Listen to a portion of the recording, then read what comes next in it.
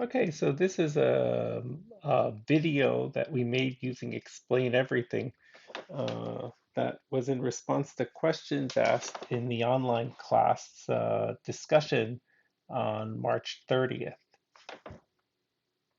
The two topics were discussed. One is the where do these continuous random variables come from? And the second was, could you go over the Phi and the Q function?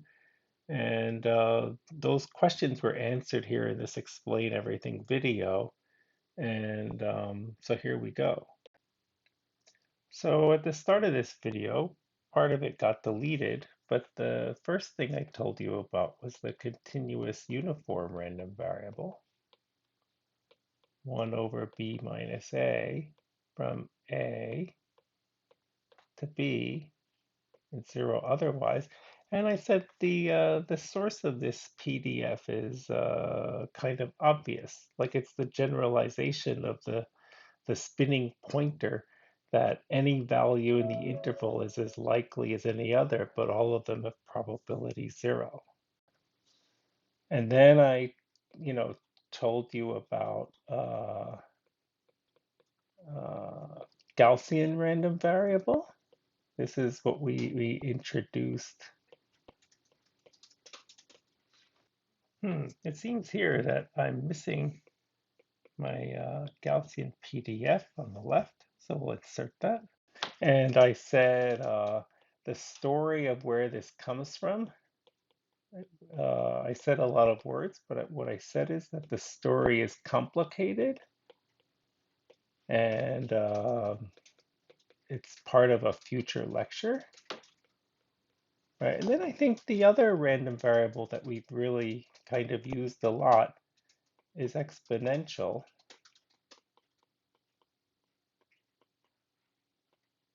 Exponential.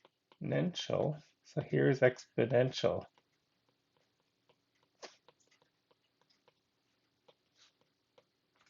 And this is maybe the like Gaussian, we kind of just pulled it out of thin air and said, oh, this is a PDF people use a lot for describing how long you wait for things.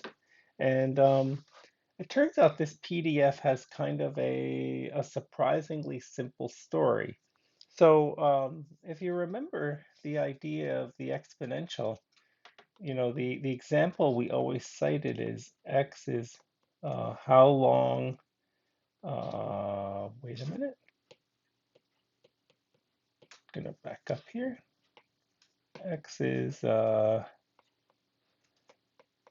long do you wait for a bus was kind of our canonical example. And in the good old days when the Rutgers bus network used to torture you, you arrive at the bus stop, how long do you wait? They said the most commonly used model was that x is exponential.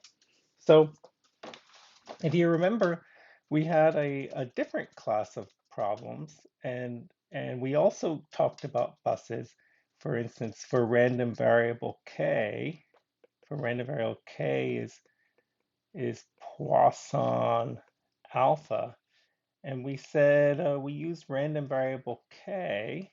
It's discrete, pk of k, alpha to the k, e to the minus alpha, k factorial, k equals 0, 1, da da da, 0 otherwise.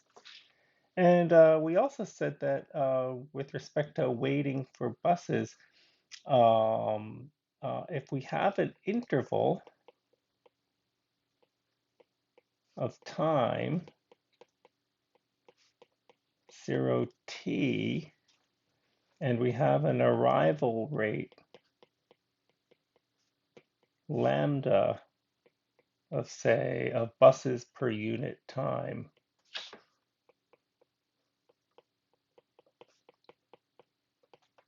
we said that the number of buses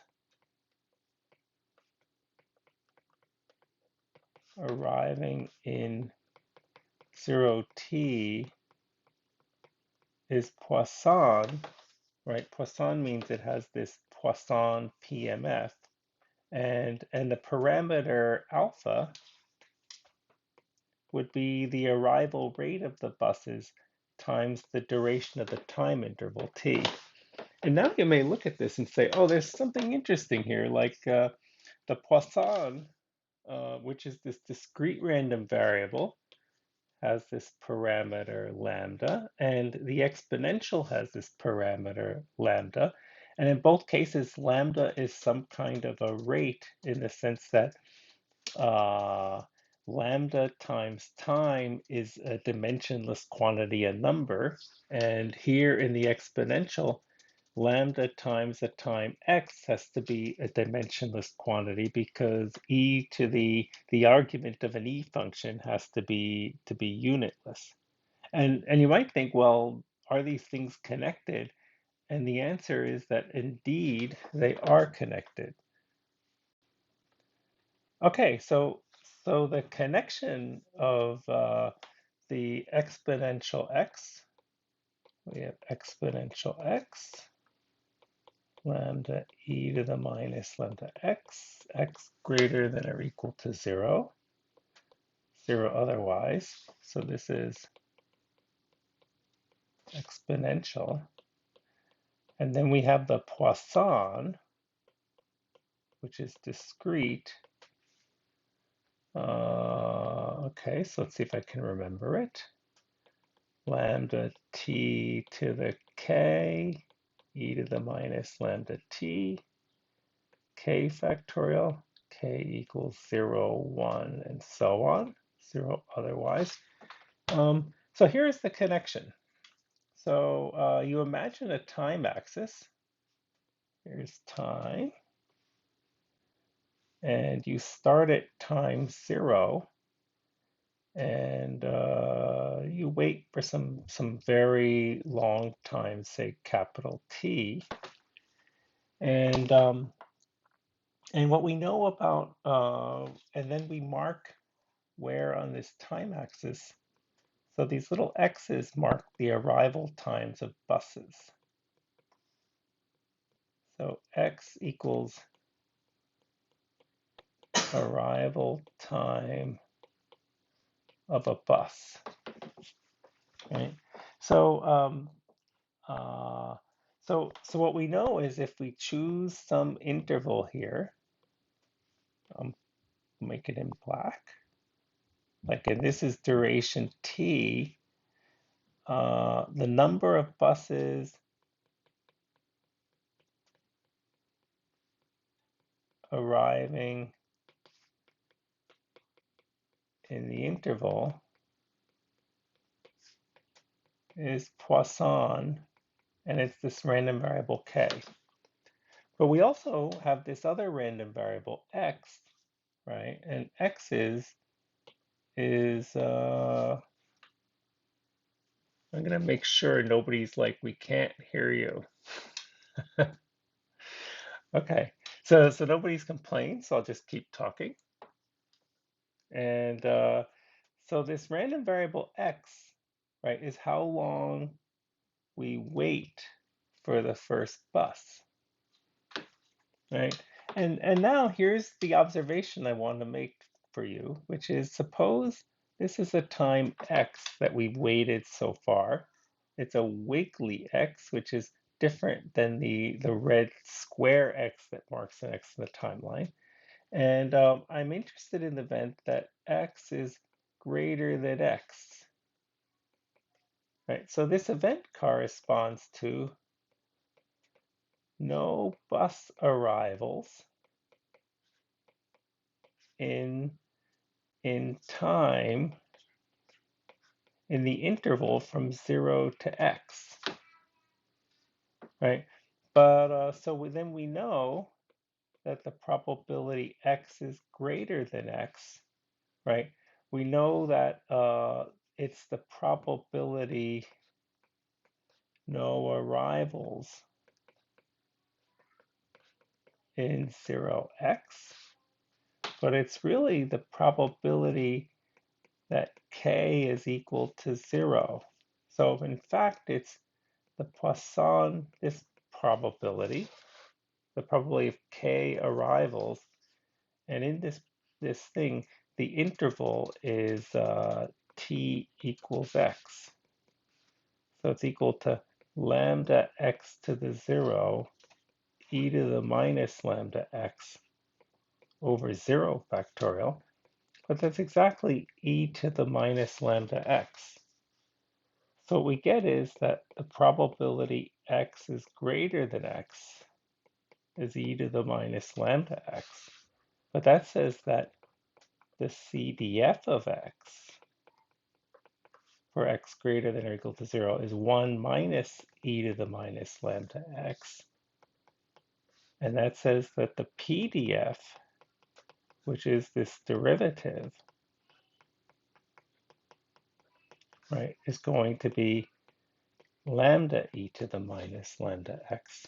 And so now we're all done here, because what we showed is that if we start off with Poisson numbers of buses arriving, right, then the probability when we show up that we have to wait at least x, right, is going to have a density function, which is precisely the exponential density function. So we have a pretty simple and pretty good story. And the story is that if you use this Poisson model for the buses arriving, then the time you wait for the first bus is the exponential random variable. And you can in fact do this the other way around. If you the time you wait is exponential, then in fact waiting for each bus an exponential time, you can show that the number of buses arriving in a big interval will have a Poisson PMF. My little recorder device here. So everything I'm going to write here will appear in some movie that I'll post on YouTube because we're having so much fun. Okay, so we now have a random variable x that is Gaussian with parameters mu and sigma. And you could be interested in, like, what is the probability that x is less than or equal to 33, right? And if for some reason that's what you're interested in, the technique that we've learned is you can remember the technique one of two ways. You can remember we have a theorem that says, oh, this is just equal to the phi function of 33 minus mu over sigma, or you can start from first principles. And this is one of the few places where I encourage you to use first principles and say the probability x is less than or equal to 33 is equal to the probability x minus mu is less than or equal to 33 minus mu, right? Because subtracting mu from both sides of the inequality doesn't change it. And that's equal to the probability x minus mu over sigma is less than or equal to 33 minus mu over sigma. And then we realize, oh, we have a theorem about this, that this quantity, oh no, I hate this. I want this to be here. So our theorem is that x minus mu over sigma is a Gaussian random variable z, and specifically, when you subtract away the mean value mu and you divide by the standard deviation sigma, you get that E of z is E of x minus mu over sigma, which is 0, right? And then you get that variance of z. Well, it's equal to E of z squared, right? Because E of z is 0 mean, E of z is 0, right? And this is equal to E of x minus mu squared over sigma squared, right? And that this is E of x minus mu squared over sigma squared. But that's sigma squared over sigma squared because the numerator is exactly the variance of x, so it equals 1. And so in fact, the probability that x is less than or equal to 33 is the probability that a Gaussian with mean 0, a standard normal Gaussian, is less than or equal to 33 minus mu over sigma. And this is precisely what we call the phi function. So it's phi of 33 minus mu over sigma. So this is pretty good, except that suppose we have a case where mu is equal to 35, and say sigma is equal to let's think, sigma is equal to 2. Nah, we better choose a different number. I'll choose 2, right? Then we get the probability x is less than or equal to 33, and we get phi of 33 minus 35 over 2, and that's phi of minus 1. And now if you go look up on the table of the phi function, you'll see that, oh, there is no phi of minus 1. And what's happening here is the following thing, is that if you think about the PDF of Z, here is the is 0. Here's our bell-shaped curve. Right, what we know is that the phi function is the integral of the PDF up to the value of its argument. So for instance, in this example, the argument is minus 1. And so this area under the curve from minus infinity up to minus 1 is phi of minus 1. And the reason we don't have a table for that is because instead what you do is you use symmetry, and because this PDF is symmetric around the origin, we know that it's exactly the same as this area on the left-hand side from 1 to infinity. Right, so this area by symmetry, the area is also equal to phi of minus 1. But phi of minus 1, so this is now the complicated part, right, is equal to, so we have, I need a better pen. I'm going to color this whole thing pink, right? So the area under the whole PDF is equal to 1. And so phi of minus 1 has to equal 1 minus phi of 1. And phi of 1 you can go and look up on the table. Okay, so so that's the phi function. And then sometimes, let's go to a new page. And so let's plot this again. We'll just talk about FZ of Z, the standard normal Gaussian PDF. It's kind of a terrible looking bell-shaped curve. Let's see if we can do better than that. There's actually a trick. Well, I'll try to do it without the trick. This one is almost as terrible. Okay, so so somehow if if we choose a value of z that's pretty large, like this example here might be like z is approximately, say, 3.5, right? Then the probability z is less than or equal to z will be, if you, it's the integral of the Gaussian PDF, the standard normal PDF. It's all this area under the curve, right? So this is equal to phi of z. My little thing went past, but I'm a little bit upset that like this went past, but uh, we're still rolling here. And the problem is that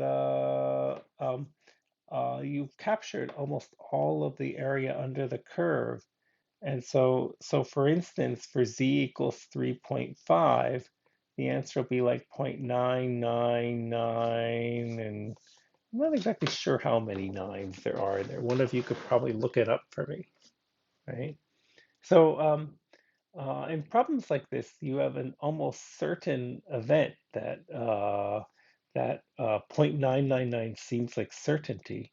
But in fact, it's better to ask kind of about a different question, which is kind of something you might call an error probability, which is like the probability z is greater than z, right? And of course, this will be 1 minus phi of z.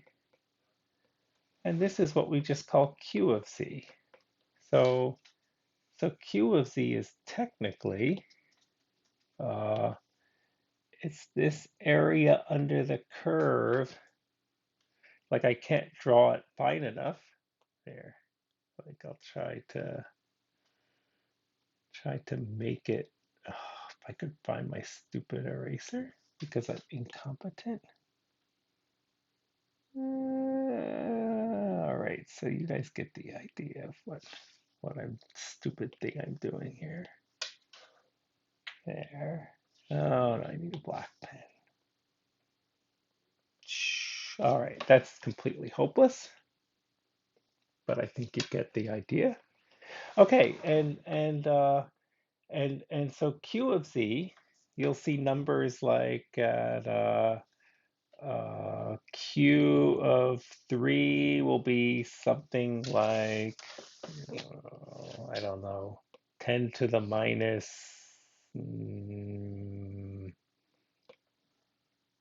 I can't remember.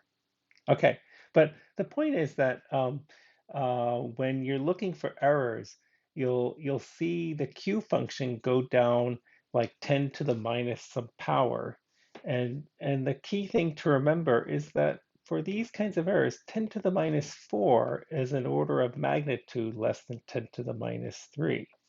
Whereas on the other hand, 1 minus 10 to the minus 4 is approximately equal to 1 minus 10 to the minus 3. It's like distinguishing between 0.999 and just 0.999.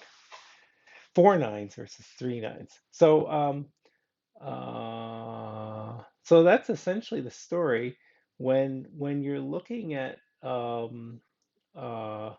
Gaussian random variables and probabilities that are over here in what they call the tail of the Gaussian PDF.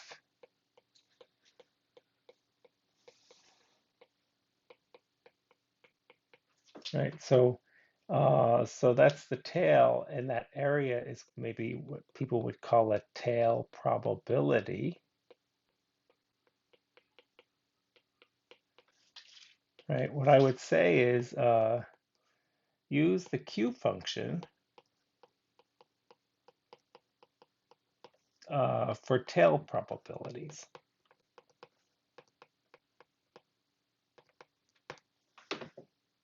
Okay, so